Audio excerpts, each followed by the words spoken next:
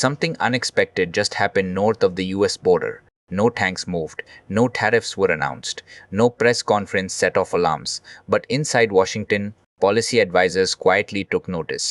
Canada has made a strategic move in healthcare, and it may have just stripped the United States of a form of influence it rarely talks about, but often uses medical leverage. For decades, healthcare has not just been about saving lives, it has been about power, access, dependency. Who produces critical medicines? Who controls supply chains? Who can say yes and who can say no when a crisis hits? And now, Canada is rewriting that equation.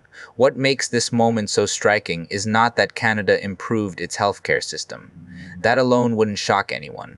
What shocked Washington is how Canada did it and what it means geopolitically, quietly, methodically, and without asking permission. While American political debates remain trapped in insurance battles, pharmaceutical lobbying, and culture wars, Canada focused on something far more strategic: independence. Independence from US pharmaceutical pressure, independence from cross border supply vulnerability, independence from the idea that Washington is the unavoidable center of North American healthcare power. This shift didn't happen overnight, it has been building for years. But recent policy moves accelerated everything. Canada expanded domestic production of essential medicines. Not just generics, but critical treatments tied to chronic disease, emergency care, and public health response.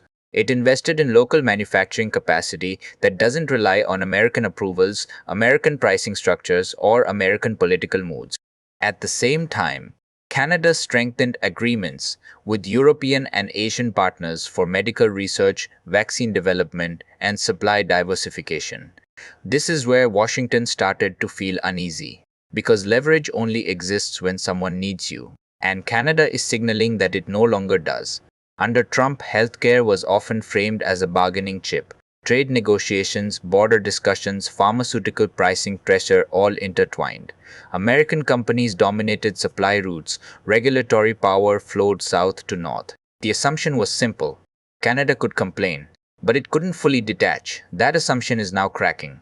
Canadian health officials are openly talking about long-term resilience instead of short-term cost savings. That language matters. Resilience means preparing for political instability. It means planning for trade disruptions. It means designing systems that continue functioning even when alliances strain. In Washington, analysts recognize that this is not just healthcare policy, it's strategic positioning. Because when a country can guarantee medical access for its population without relying on a powerful neighbor, it gains freedom of movement in diplomacy. It can say no more easily. It can resist pressure. It can negotiate without fear. And that's where Trump's leverage begins to disappear. During Trump's presidency, the United States leaned heavily on transactional politics. Allies were expected to give something in exchange for something else. Healthcare access, drug pricing, and regulatory approvals were part of that toolbox. Canada's new strategy reduces the effectiveness of that toolbox. If Washington cannot influence medical supply, pricing, or access, it loses one of the quiet pressure points it historically held, and the ripple effects go beyond Canada. Other mid-sized nations are watching closely. They see a blueprint: invest early, diversify partnerships, build internal capacity, and you reduce dependence on any single superpower. That lesson resonates in a world where global trust is thinner than ever. Inside the US, the reaction has been muted publicly but not privately. Lobbyists are concerned. Pharmaceutical giants see a potential precedent. If Canada succeeds in maintaining affordability and access without American dominance, it challenges the narrative that US systems are the inevitable model, and politically, it creates an uncomfortable contrast. While American healthcare debates remain polarized and unresolved, Canada presents a calm, centralized, long-term vision. That comparison is not lost on voters, policymakers, or international observers. For Trump, this represents a symbolic loss as much as a practical one. His brand of leadership relied on visible strength and implied dominance. When a close neighbor quietly sidesteps that dominance without confrontation, it undermines the image.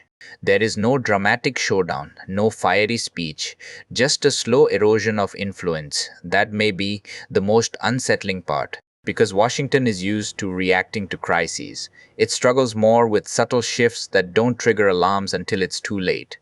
Canada's strategy is exactly that kind of shift. It doesn't attack the US, it doesn't criticize openly, it simply removes dependency. And in geopolitics, removing dependency is one of the most powerful moves a nation can make. What happens next is still unfolding. Will the US attempt to reassert influence through trade agreements? Possibly. Will pharmaceutical interests push back? Almost certainly. Will Canada retreat under pressure? Unlikely, because once a country tastes strategic autonomy, it rarely gives it up. This moment also reframes how power is measured, not by military size, not by economic scale alone, but by the ability to protect citizens regardless of external politics. Healthcare, once seen as a domestic issue, is now openly a national security concern. Canada understood that early. Washington is now catching up. And as the global landscape shifts toward uncertainty, pandemics, supply shocks, political volatility, nations that invested in resilience will find themselves holding more cards than those who relied on dominance. The irony is hard to miss. Trump often spoke about strength, independence, and putting one's own country first.